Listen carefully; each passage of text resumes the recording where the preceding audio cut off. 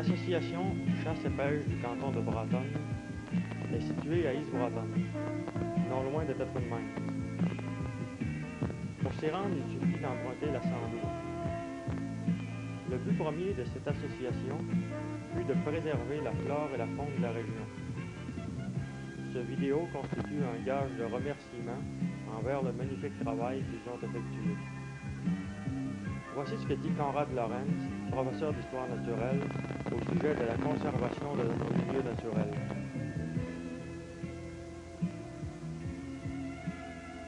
La nature devient de plus en plus étrangère à l'homme des grandes villes. Cette aliénation suscite, à juste titre, et depuis des années, des propos amers.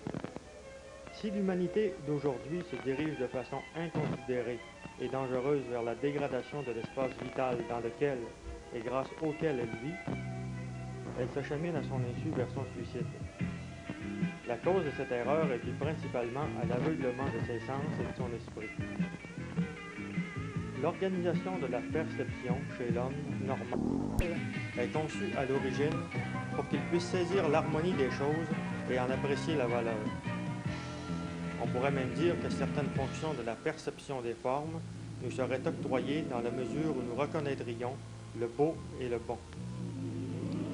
Par bonheur, il existe beaucoup d'hommes qui sourdement pressentent ce monstrueux danger et qui aspirent à protéger la nature. Elle seule est capable de nous dispenser des leçons d'harmonie et de beauté. La beauté d'un paysage sauvage nous touche, précisément parce que toutes les formes de vie qui y croissent, bêtes et plantes, constituent un assemblage de forces autonomes dans un équilibre pourtant stable. L'Association de chasse et pêche du canton de Bratonne œuvre dans ce sens. Le souci qu'ils ont de préserver notre patrimoine naturel permettra à la population actuelle et aux générations futures de jouir d'un environnement sain.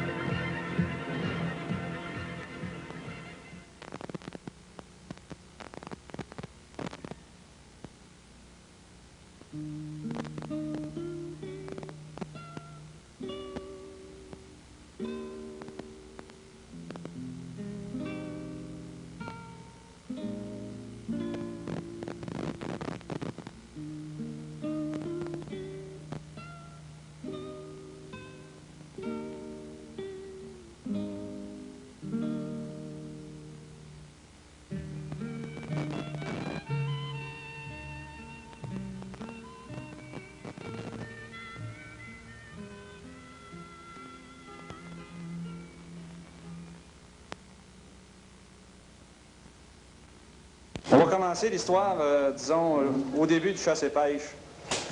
Ça a été, disons, que je n'étais pas du mouvement dans les premiers temps.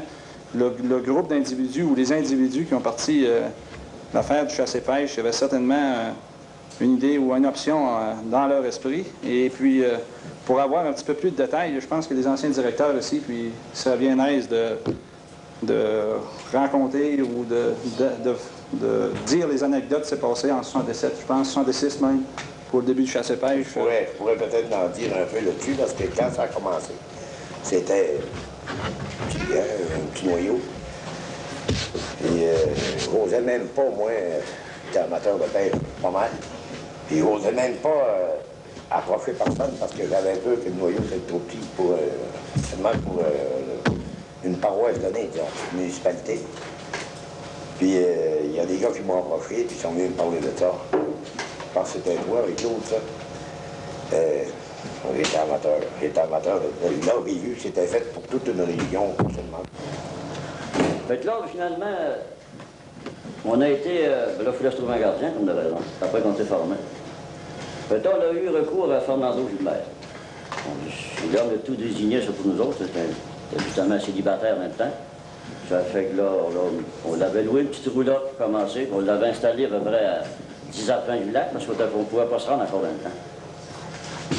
Il est resté dans ça, je pense, une couple de mois. Avant qu'on ait acheté une petite bâtisse, justement, que vous avez là à côté, là. Je me souviens pas, c'est une petite ancienne cabane de patates frites, justement, ce qu'on va trouver, je me souviens pas où. Là, on l'avait installé ici, là, comme vous l'avez vu dans le passé. C'est là qu'on a commencé à faire la garde de notre association, de notre patente. Hein. Quitte en attendant qu'on se bâtisse ce chalet. Quand on bâtit le chalet, une raison, parce que c'était pas, mettons, qu'il était assez grand, le chalet. Dans le temps, il y en avait qui trouvaient un peu trop grand. Après tout, ils ont dit, c'était un hôtel, vous bâtissez là. Quelqu'un disait, je sors d'un coup d'onde. Dans un grand vaisseau, on met ce qu'on veut. On dit, quitte plus tard, on ne sait pas. Des fois, on peut être, on peut être 200-300 membres dans ça. On peut organiser d'autres choses. En tout cas, finalement, la discussion s'est attendue entre la part des membres et tout ça. Puis on finit par bâtir ce chalet-là. Avec du bois, on dit du vieux bois. C'était du bois de seconde, si tu veux, mais du bon bois. Hein. Ça, c'est tout carré de ça, il est tout en madrier de 2,5 pouces, puis le plancher, c'est pareil, puis c'est tout il est fait solide. Hein.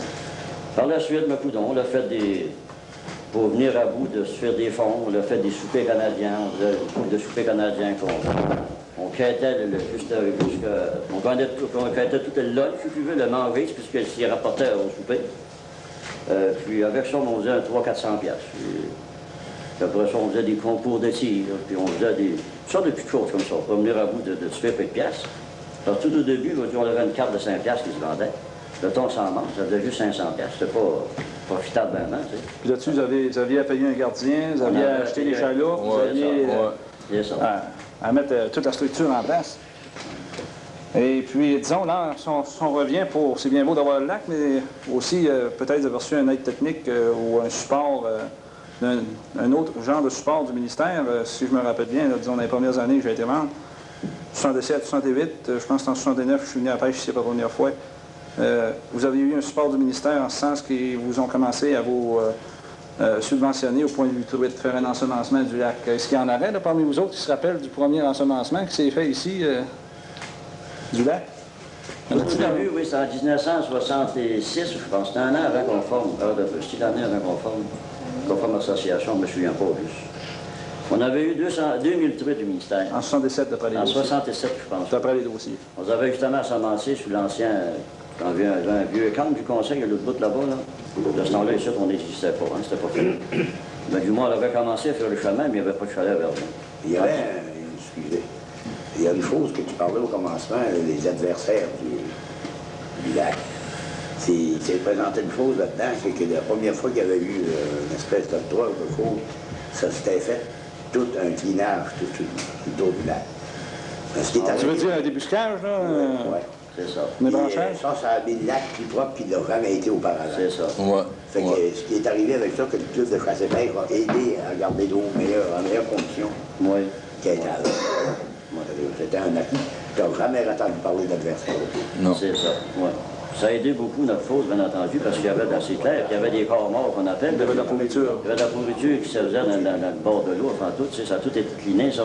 Et puis ça, C'est la municipalité qui avait fait ça, ouais, une couple d'années avant qu'on forme toute l'association, avec des chômeurs qui appelaient dans ce temps-là, c'est des journaliers, hein, puis ils ont travaillé, je pense, 2 automnes de temps dans ça, là, dans tout cet ouvrage de la cour. Ouais. Mais là-dedans, je pense qu'il ne faudrait pas oublier tout le bénévole qui s'est donné. Ça a tout été fait bénévolement. Moi, je ne connais pas personne dans nous autres, dans notre direction, si tu veux, ou des membres, qui ait su tirer de l'argent de la part de l'association. Je ne pense pas.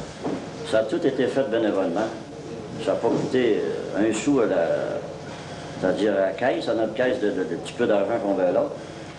Ça a tout été des choses qui ont été faites, les argents qu'on a su tirer, comme je vous ai dit tout à l'heure, c'est des veillées qui ont été faites ici de là, des soupers canadiens, puis des tirs à carabine, des différentes petites affaires d'attraction comme ça qui s'est passé.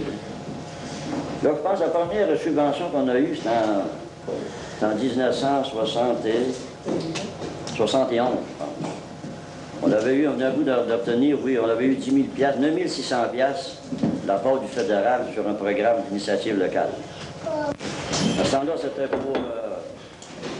on a justement fini ce plafond-là, c'est-à-dire cette couverture-là, dedans. On avait posé du styrofoam, puis on avait fait de la teinture dans les chevrons. Puis après ça, on avait dépensé une partie dans l'entretien des trails de skidoo. On avait une machine pour faire l'entretien, puis on avait 4 hommes sur ça. On avait 2 chiffres, c'est-à-dire 2 par 2. Là. Puis finalement, l'argent s'est dépensé comme ça. Tu sais.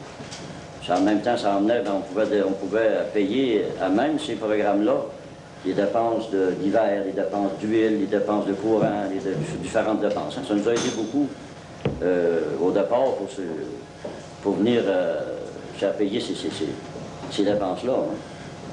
Mais y aurait-il peut-être des petits faits, là, si on remonte à 67, 68, y aurait-il des petits faits drôles ou peut-être comiques, puis même peut-être tragiques aussi, si je peux employer l'expression, parce qu'il faut se rappeler quand c'était en 69, 70 qu'il y a eu la mort de notre gardien ici, Fernando. Je pense que c'était une personne qui a donné 200% de lui-même pour l'association. Oui, comme... ça, il faudrait le souligner aussi, ça a été... Fernando, il était tanné d'être, on appelle ça comme ça, dans son petit camp, hein. C'était pas grand, ça avait près 8 par 10.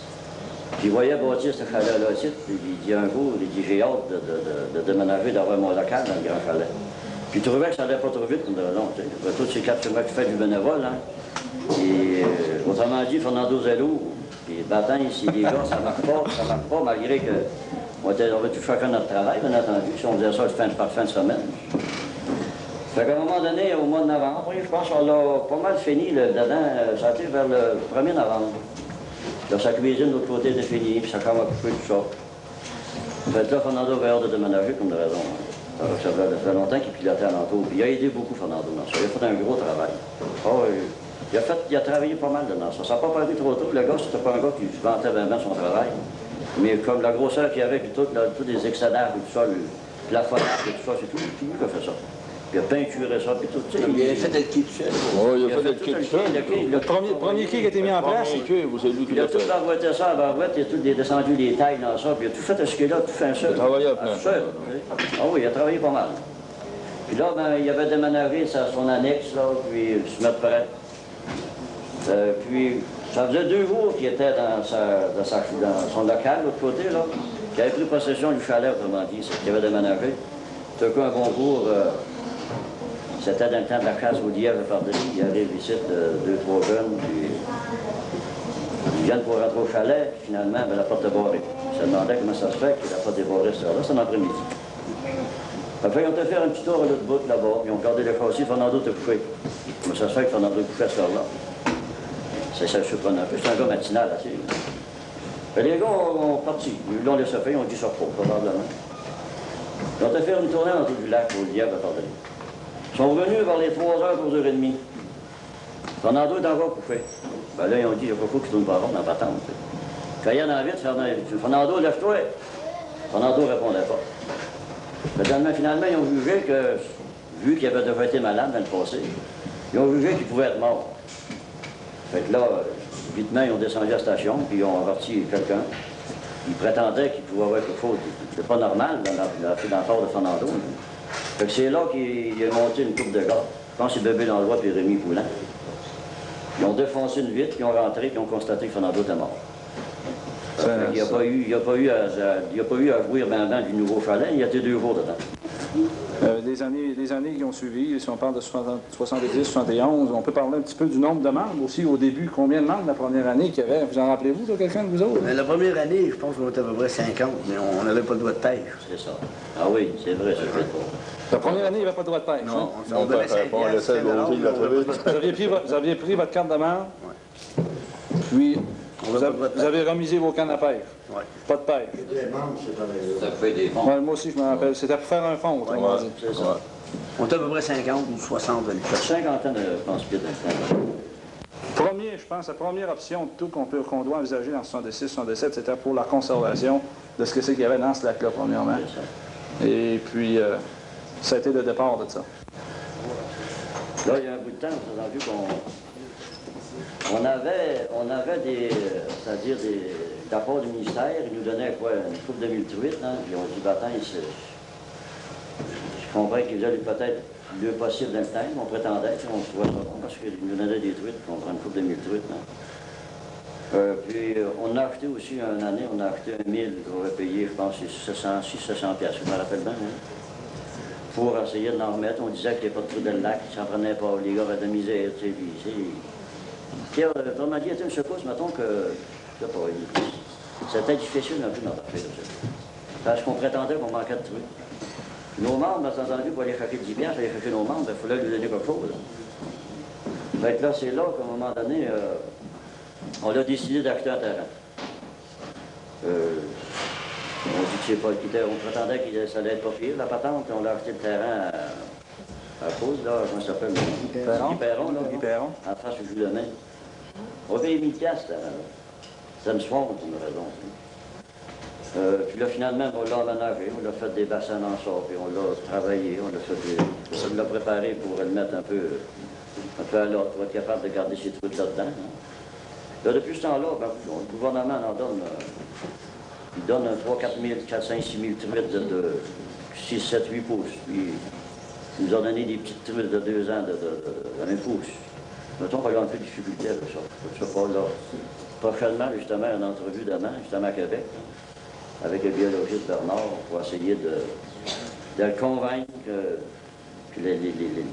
comment ça fait ça, les petits les alevins, qui ont la difficulté à les rendre à point. Puis on va essayer d'avoir de la part du ministère des truites de 4, 5, 6 pouces pour débuter, c'est attendu, pour débuter, si tu veux. Quitte à les élever, nous autres, plus 4 000 truites par année, 4 5 000 truites par année de 7, 8, 9 pouces, comme ils nous ont donné le vraiment passé, ça a bien fait notre affaire. Depuis 2 ans, franchement, on n'est pas pire, tu sais, les gens ils ont l'air assez contents. Les prises qui se prennent à le lac. C'est attendu que les gars ont tout changé pareil. Ils sont partout à la guerre, ils ont tout à fait, ça, tu sais. Puis aussi, une question posée aux dames qui sont ici, là. Qu'est-ce qu'ils pensaient de ça? Là? Il y en a des dames qui ont vu partir la chose en 77, 68. Qu'est-ce qu'ils pensaient aussi? Peut-être qu'ils étaient moins intéressés par la pêche, mais sans doute parce qu'on a eu la collaboration de bien des dames pour la préparation des soupers, puis autrement dit, des parties sociales qui s'est fait pour le chasse et pêche. Qu'est-ce qu'ils pensaient les dames dans ce temps-là? De Mme Gilbert, Mme Vachon, Mme Roland Vachon, là. Ça, les femmes, nous avons été très patientes parce que nos maris, on les avait pas trop souvent. On les a perdus assez souvent pour s'en venir ici, mais on savait que c'était pour une bonne cause. Donc, à ce moment-là, on était fiers de voir progresser la chose. On les a vus barouetter en basse. Et puis, nous autres, on lunchait sur le coin des plages, Doris. On portait du café, puis tout ça, tout ce qu'il fallait pour lui donner une chance de manger au travers de ça. Mais on les a vus suer, puis je peux vous dire qu'ils ont eu affaire à des bonnes femmes, patientes, puis compréhensives. Parce que les terrains qui environnent ici, le chalet et puis le lac, sont à caractère privé. Mais par contre, on reçoit une collaboration à 100% des propriétaires fonciers de ces terrains-là. Puis la plus belle preuve, c'est que cette année, sans avoir donné un mot d'ordre, c'est que les propriétaires sont dit, bien, on va interdire peut-être la chasse sur nos territoires privés. en ce sens qu'il n'y aura pas une chasse abusive qui va se faire. Peut-être qu'il va y en avoir une chasse qui va se faire aussi, mais disons qu'il va y avoir plus de protection pour le petit gibier et le gros gibier. Parce qu'on sait que notre territoire ici, il y a une population abondante de petits gibiers, et puis le gros gibier recommence à se reproduire. Alors, mais les pancartes qu'on a vues en montant, par exemple, il est défendu de chasser sur cette propriété privée. Oui, mais ça, moi, je suis pas... Tu sais, demander au directeur un peu pour pouvoir faire ça. Pour faire ça, puis des petites filles ici. Puis de téléposer. Présenter la faune autant que possible. Hein? Ça veut dire que ça, c'est vos propriétés privées, puis c'est pour essayer de contrôler un peu... Même les 8 d'autres propriétés, mais je les ai demandé la permission pour les mettre. Puis ils m'ont dit, mais là, on est bien contents. Ah oui. C'est ça qu'on dit. Tout à l'heure, Nazaire, tu parlais de différence entre un club privé et une association comme celle-là. Pourrais-tu développer ça un peu? Un club privé, premièrement, c'est un bail de location sur le territoire de la Couronne. C'est complètement différent de ce qu'on a ici. Si M. Gilbert voulait se faire un club privé sur son terrain propre à lui, ce ne serait pas un club privé au titre que nous, on connaît le mot commun, club privé, c'est un territoire qui n'est pas accessible à la population, il est accessible seulement qu'un petit groupe de privilégiés qui détiennent un bail. Lui, ça deviendra un terrain privé tout simplement. Ici, là, ce qui arrive, c'est un terrain privé, mais administré par l'association de chasse à pêche. C'est ça qui est la différence. L'association de chasse à pêche, le premier but de ça, c'est la conservation et le contrôle de la faune et de l'environnement. C'est différent avec un club privé dans le sens commun qu'on connaît, où eux autres s'approprient un territoire de 25-30 lacs ou 20 000 carrés de territoire, où ils sont 2-3 seuls qui ont le droit de pêcher et chasser là, il n'y a aucun contrôle. Le gardien qui contrôle le territoire est souvent un gardien employé par les membres. On l'a vu rarement un membre, un employé, arrêter son employeur. C'est ce qui produit les clubs privés dans la province à l'heure actuelle. Les premiers efforts qu'on a fait, ça a été de faire accepter par le ministère l'idée qu'on avait des gardes de chasse et pêche ici dans la région, mais par contre, ils n'étaient pas assez nombreux. On a fait accepter par le ministère l'idée que des auxiliaires, gardes de chasse et pêche, qui auraient les mêmes pouvoirs qu'un garde de chasse et pêche, pourraient nous aider énormément à faire un contrôle et à faire observer les lois. Puis je pense que ça a été un bon pas dans ce sens-là, parce qu'on a eu la nomination de 4 gardes-chasse auxiliaires, et puis ces types-là ont travaillé encore là bénévolement à voir ce que les règlements qui étaient acceptés en Assemblée générale par l'association soient appliqués et suivis à la lettre.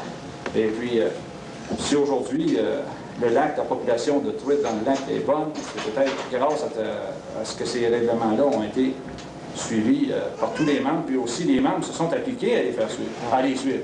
C'était dans leur intérêt, parce que le membre qui est membre depuis 5 ans est encore intéressé à être membre encore pour les 5 prochaines années.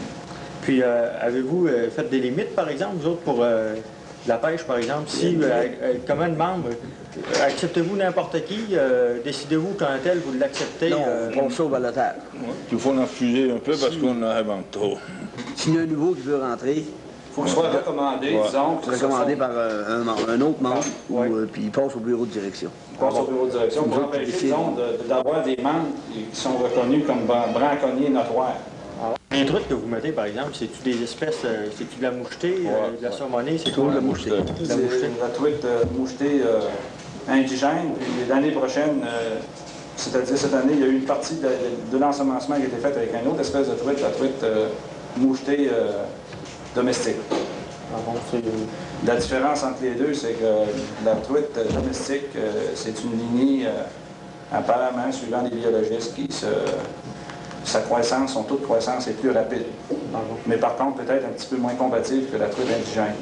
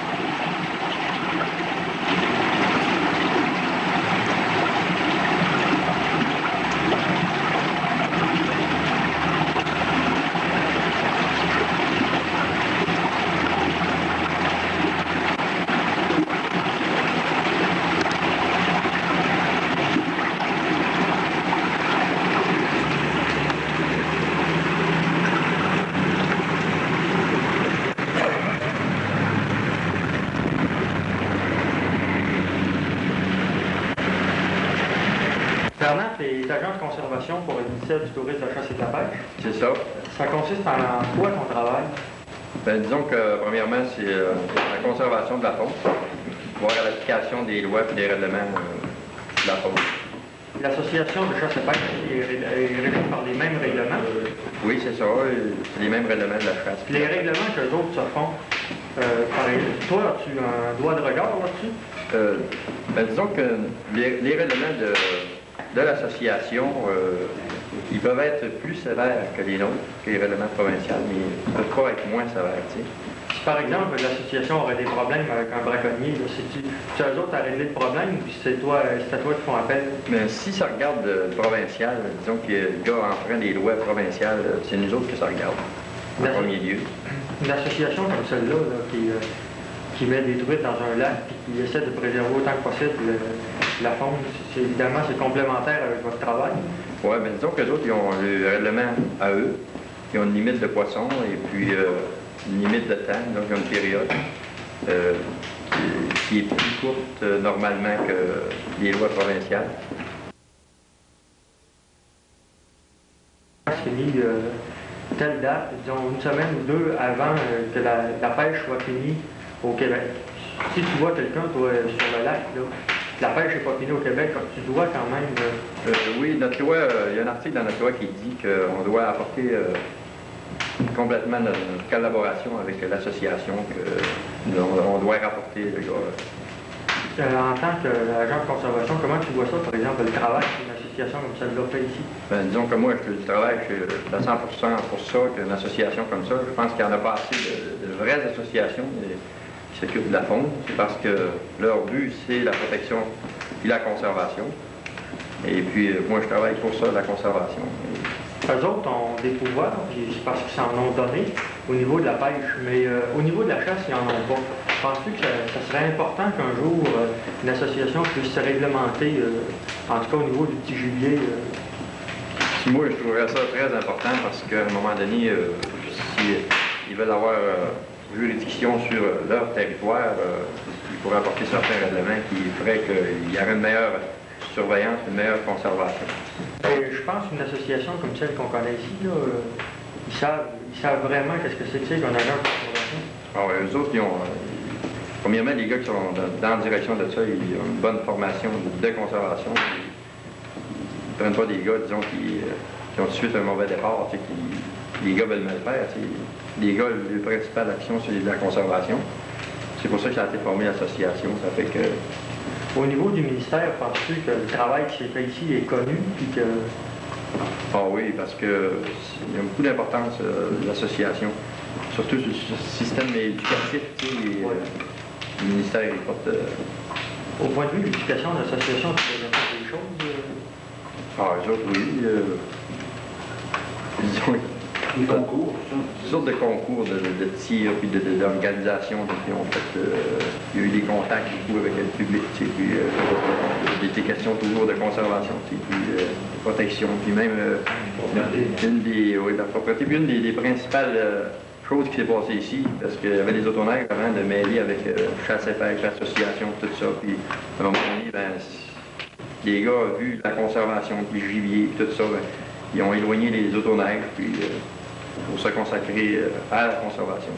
Au niveau des écoles, penses-tu qu'il devrait avoir des choses qui seraient faites? Alors, moi, je trouve que c'est essentiel parce que c'est là la base de la conservation. Il faut que les jeunes s'aillent éduquer là-dedans, il faut qu'ils comprennent c'est quoi, puis il faut qu'ils connaissent ça, premièrement. Si tu n'apprends pas quand tu es jeune, tu ne l'as pas. Hein? Un moyen, par exemple, lorsqu'ils montent des jeunes ici, c'est un bon moyen, c'est de leur montrer qu'on peut aménager un terrain sans le détruire. Justement, c'est ça qui... Premièrement, les jeunes, ils remarquent plus qu'on pense. Hein? Et puis quand ils voient ce qui se passe ici, dans l'environnement, tout ça, le milieu, puis le travail qui se fait, puis une pêche contrôlée comme ici, puis qu'il y a toujours du poisson pour un nombre de... Juste là, les jeunes, ils voient que c'est facile de conserver le gibier, c'est que quand on s'en mêle, tout le monde... Quand on a débuté dans l'affaire, si vous vous rappelez, on avait tâché de trouver d'abord le canton de Bretonne, il y a 4 ou 5 municipalités dans le canton de Bretonne. On avait tâché de trouver des gars, 2 représentants par municipalité. On avait trouvé 2 de Saint-Pierre. On avait pris 2 de la paroisse. On avait pris 2 de Isbroton, l'ensemble, c'est-à-dire la station village. On avait 2 de la station, c'est 2 du village. On avait 2 de Trinjonction. C'est comme ça que le premier comité a été formé. C'est-à-dire, au tout début, le premier comité, non, c'était arrivé des gens d'Isbroton. À un moment donné, on pensait, on serait peut-être mieux d'ouvrir notre façon de tout le Et l'autre, on avait... Votre but, quand vous l'avez commencé, c'était-tu de faire un club de pêche? Ben, c'était quoi? Qui c'est qui vous guidait d'abord? Quand vous avez vu le lac, c'était sauvage, d'abord, il n'y avait rien. Puis, qui c'est qui vous a motivé, vous autres, à créer ça, cette affaire-là?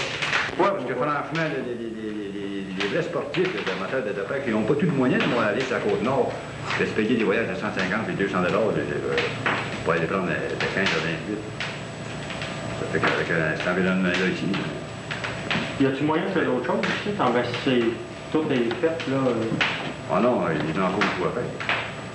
Et puis, disons que le projet consiste à... Vous savez ici que le lac est situé sur le dessus d'une montagne, puis on veut développer. On a des vues, en tous les cas, de développer, le développement du territoire de cette montagne-là. C'est environ un territoire de 1000 carrés. Il y a beaucoup à faire. On a l'intention d'implanter un camping en premier lieu. On a aussi l'intention d'implanter des facilités de ski, de ski de fond et de ski alpin, parce que la montagne disparaît très bien. Et puis, dans les années qui suivront, peut-être il y a des projets de golf aussi sur ce terrain-là, même de pisciculture, parce qu'il y a des sources d'eau assez importantes. En fin de compte, c'est un projet qui dépasse les 500 000 $. Le projet est planifié dans ce sens-là de protection de l'environnement à 100 %. Autrement dit, on fait un aménagement du territoire. Le camping, premièrement, ne sera pas situé, du moins à l'heure actuelle. On attend les études des experts du gouvernement pour confirmer la chose. Mais le camping n'interférera pas du tout avec le lac ici. Ça va être seulement un aménagement d'une partie du territoire qui est situé à environ 1 000 d'ici. Puis les poissons que vous élevez là, en bas, est-ce que vous les recevez quand ils sont à l'hiver, puis vous les élevez, si vous les recevez déjà gros? Puis, on a deux genres de réception, si on peut dire, on peut s'exprimer ainsi. Nous avons des alevins, ce sont des petites truites d'environ 1,5 pouce qu'on soigne puis qu'on apporte une longueur respectable pour ensemencer le lac. Puis on reçoit des quotas de truites du gouvernement qui sont déjà pêchables, ça veut dire qu'ils ont 7 pouces et plus. C'est les 2 ensemencements qu'on reçoit. Il y a seulement de la truite dans le lac en reçoit? Il y a un petit peu de petite barbotte qu'on appelle, là. Mais le poisson sportif, c'est la truite. Au projet d'hiver, quand t'étais ça, tu as travaillé sur ça, hein? Non, c'est le projet d'été, ça. Le projet d'été, c'est que c'était ça, ce projet-là? Le projet d'été, c'était d'essayer d'améliorer l'environnement autour du chalet. On a commencé par faire, premièrement, ce printemps, il n'y avait pas de salage ici. On a commencé par faire un salage. Après ça, on a fait un peu de déboisement, essayer de faire un camping en arrière du chalet. Puis après ça, on a tout essayé de mettre de la terre un petit peu partout à grandeur. Puis après ça, on a mis de la tour pour essayer de mettre ça propre autour du chalet. Puis, le chalet, c'est beau aussi, c'est tout bénévole ici. Le chemin ici, c'est encore pareil. Il y a une partie, c'est du bénévole. Puis l'autre, la grande côte, c'est ça qui appelle. C'est encore, la majorité, c'est du bénévole. Parce qu'on a eu de la machinerie de la carré pour travailler ici. Pour l'ouvrage qui s'est fait, moi j'avais toute la machinerie. Hein.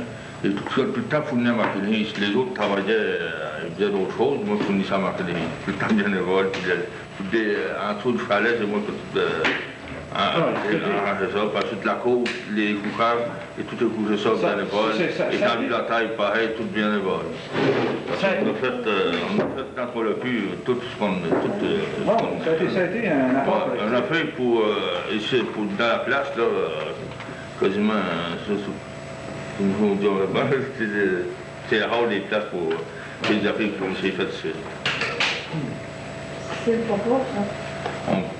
Comme ici, le chalet, on travaillait ça le dimanche quand on va.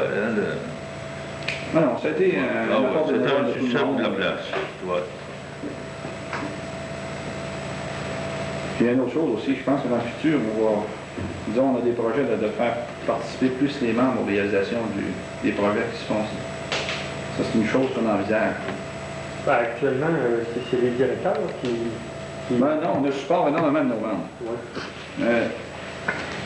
À titre d'exemple, l'année passée, on a voulu sonder un petit peu le terrain, voir si réellement les membres étaient intéressés seulement qu'à venir ici, disons, pour bénéficier de ce que c'est qu'on mettait à leur disposition, qu'est-ce que les bureaux de direction antérieurs, puis présents et futurs, vont mettre à disposition des membres. Fait qu'afin de vérifier ça, on a, disons, fait un genre de consultation auprès des membres. Et puis, cette consultation-là, c'est une consultation bien spécifique qu'on demandait aux membres.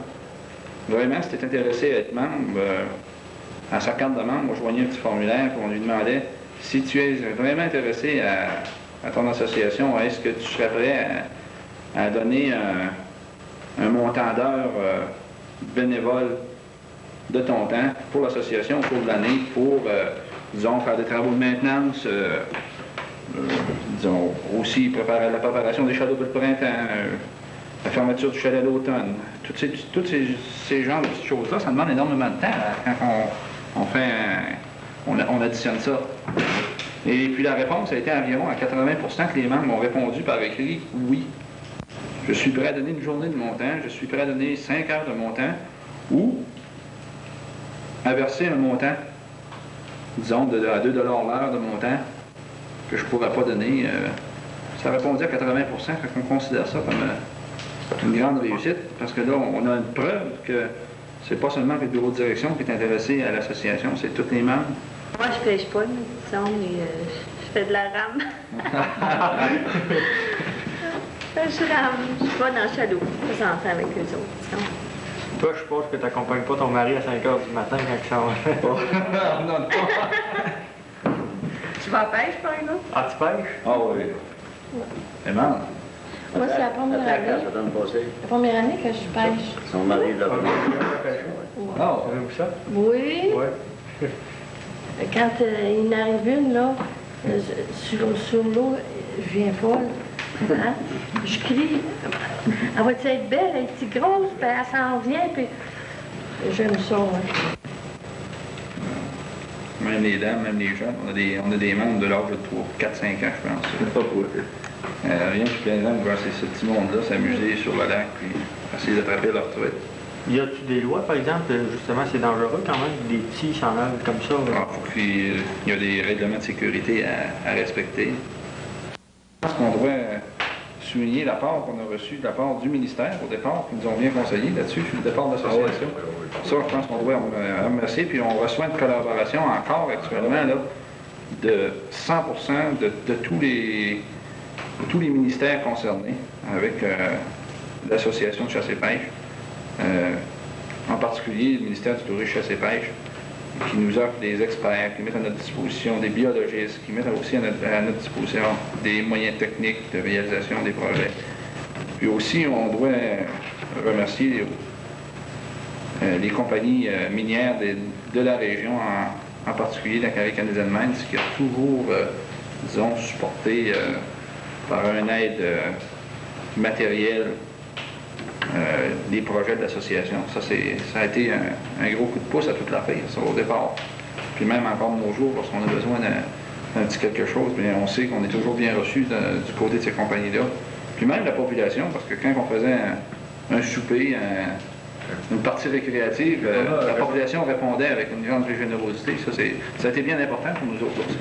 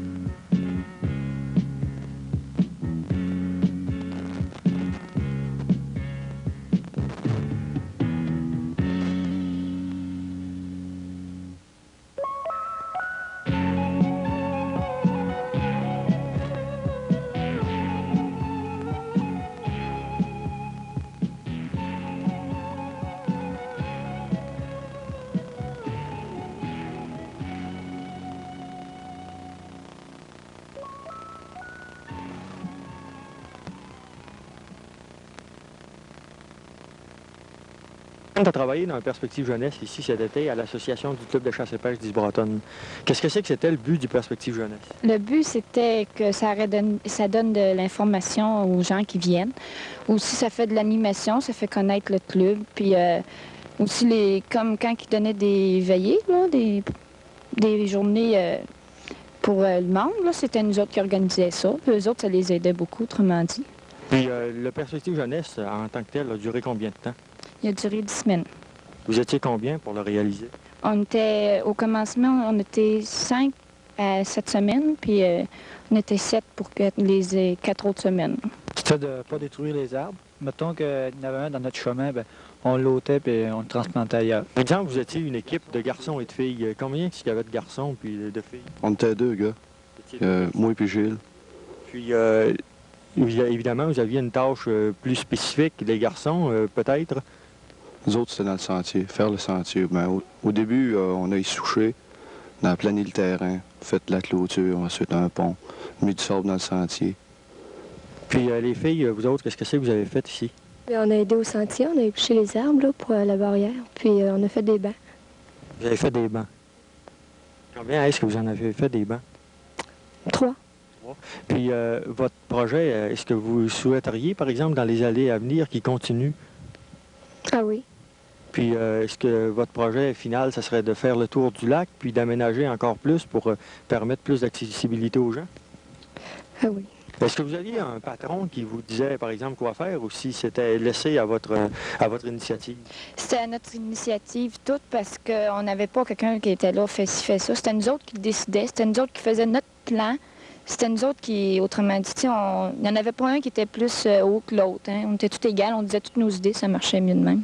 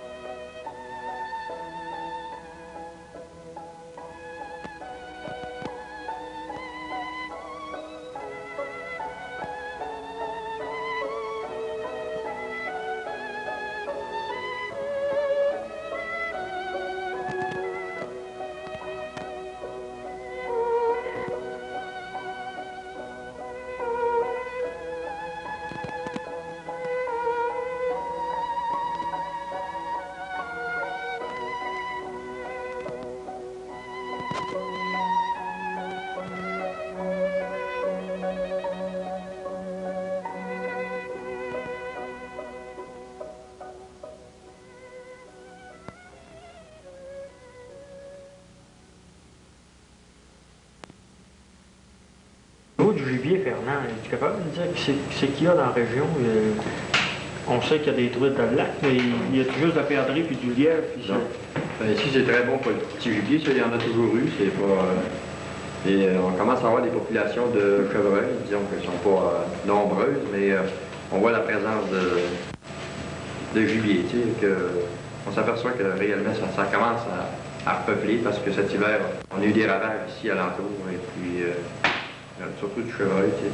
Il y a tout de l'orignal. Et puis, oui, mais de l'ours, on commence à avoir une bonne population d'ours. Maintenant, on commence à y a la présence d'orignaux aussi. On a eu des orignaux qui sont venus dans le lac ici, à peu près 2 semaines. 2-3 semaines. Et puis, on voit la présence. On a ici, dans la région, de 5 orignaux qui se tiennent ici. Ça fait que, ça fait pas même des années, tu voyais pas ça.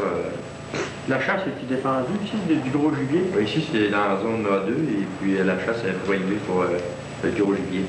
Il y a seulement pour le petit gibier que la chasse est... à l'automne, je sais qu'il y a déjà eu des vols d'outardes et de canards sauvages qui se sont posés sur la lac. Il y en a encore suffisamment de ces oiseaux-là qui viennent, ou s'il y en a plus, la population a trop baissé?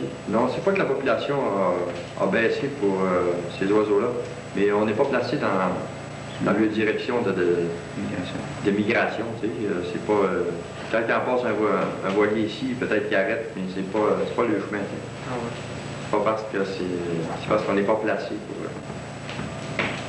Jeanne du 8, Jean de Gaines, qui sont présents Jean-Marie Liberté, Denis Lessard, Désert Bourquet, Pierre Jacques, Henri-Claude Vachon, Robert Lessard, Normand Grégoire, Napoléon Gilbert et René Dorvois.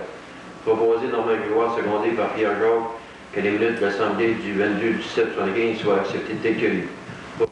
Proposé par Denis Lessard, secondé à l'unanimité que la fermeture pour la saison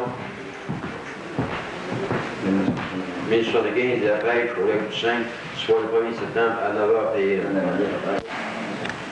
Proposé par M. Normand Grégoire, secondé par M. Napoléon Hubert, résolu unanimement que considérant que présentement un certain nombre d'agents de la conservation dans le district de la Beauce ont été relevés de leurs fonctions tout récemment et que ces derniers n'ont pas encore été remplacés, considérant que le manque d'agents de conservation peut être à cause de la recrudescence au braconnage, ce qui diminuera la population du gibier.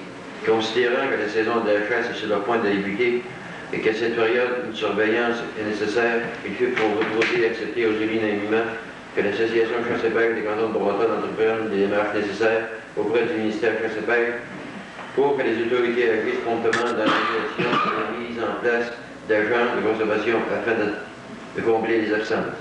Proposé par M. Nassar Pauquet, secondé Robert Lessard, l'Association Chasse et Pêche des cantons de Bretonne incorporée s'engage à payer le surplus de dépenses non couverts occasionnés par le projet PIL 1975-76. Proposé par M. Robert Lessard pour l'avis de l'Assemblée. Après ça, il y a 2 du 9 75 et l'Assemblée se prend en résolution. Qui propose pour cette Assemblée-là? Denis. Secondé. Nazaire. 64.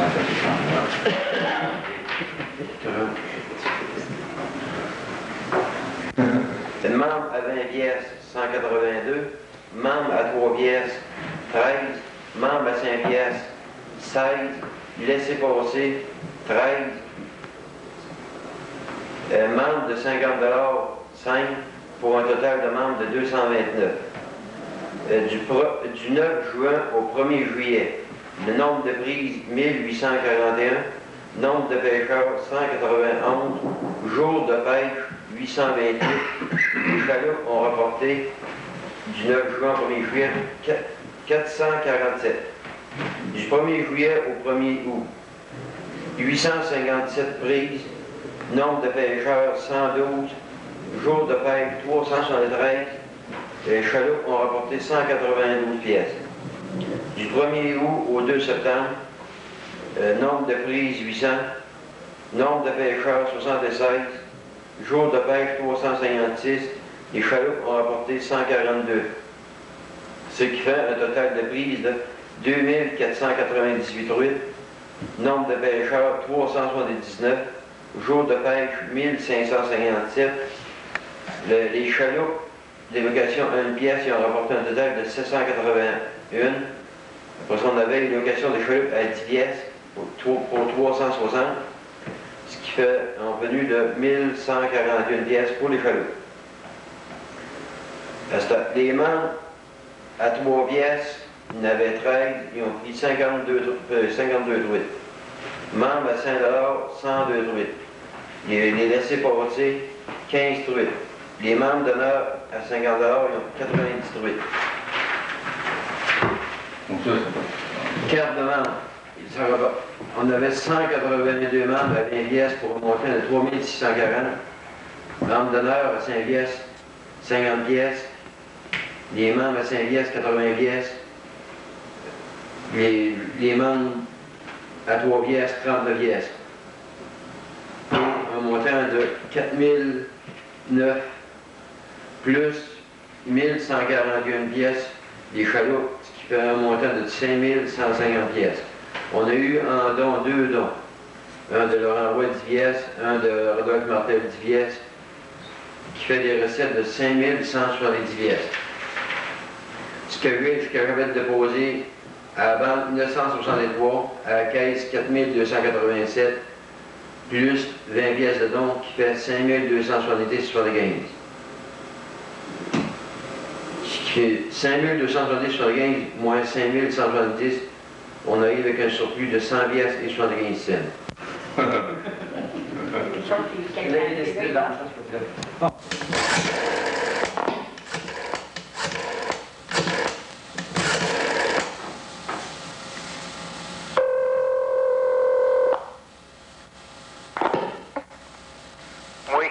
M. Poulain? Oui, monsieur. C'est Paul Vachon. Oui. Le club va quand même continuer sa philosophie première, à savoir qu'au tout début, c'était en vue justement de préserver ce qu'on avait. J'ai bien l'impression que ça continue pas mal dans ce sens-là. Hein? Oui. Il reste toujours aussi que lorsqu'on avait fait la Constitution aussi, c'était bien expliqué dans la Constitution que l'affaire première, c'était bien surtout la culture, les groupes sociales.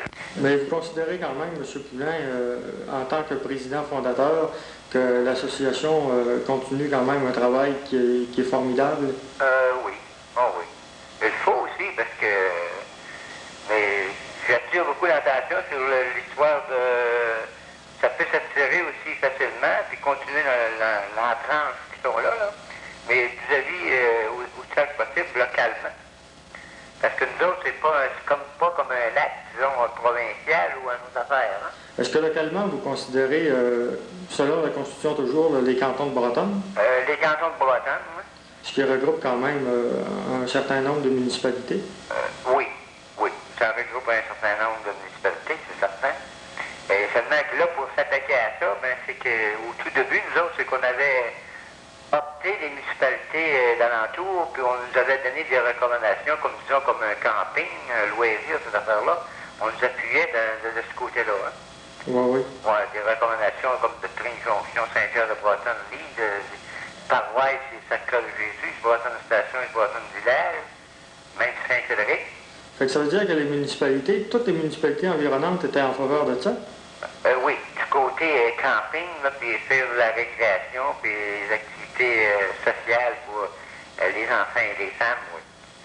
C'était dans ce but-là aussi, un peu, là. Le petit travail, des travaux à faire dans ça. C'est réellement encourageant pour un bureau de direction quand il se sent appuyé, disons, par ses membres.